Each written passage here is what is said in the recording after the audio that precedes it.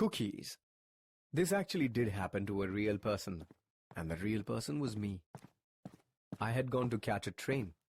This was April 1976 in Cambridge, UK. I was a bit early for the train. I'd gotten the time of the train wrong.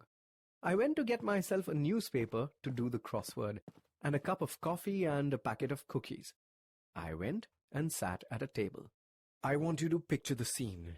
It's very important that you get this very clear in your mind. Here's the table, newspaper, cup of coffee, and packet of cookies.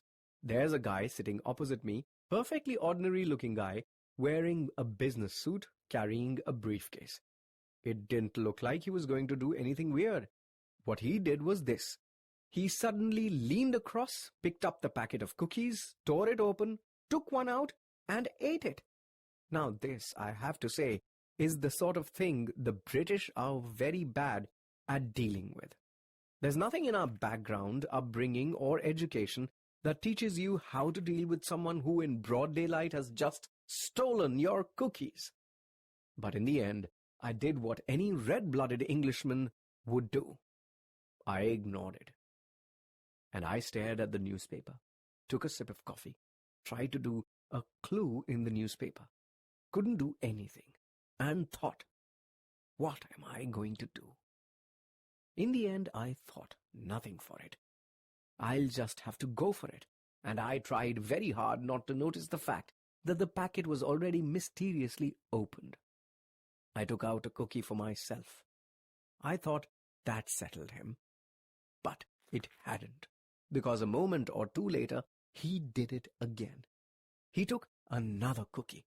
Having not mentioned it the first time, it was somehow even harder to raise the subject the second time round. Excuse me, I couldn't help but notice. I mean, it doesn't really work, does it? We went through the whole packet like this. When I say the whole packet, I mean there were only about 8 cookies, but it felt like a lifetime. He took one, I took one, he took one, I took one. Finally, when we got to the end, he stood up and walked away. Well, we exchanged meaningful looks. Then he walked away, and I breathed a sigh of relief and sat back. A moment or two later, the train was coming in, so I tossed back the rest of my coffee, stood up, picked up the newspaper, and underneath the newspaper were my cookies.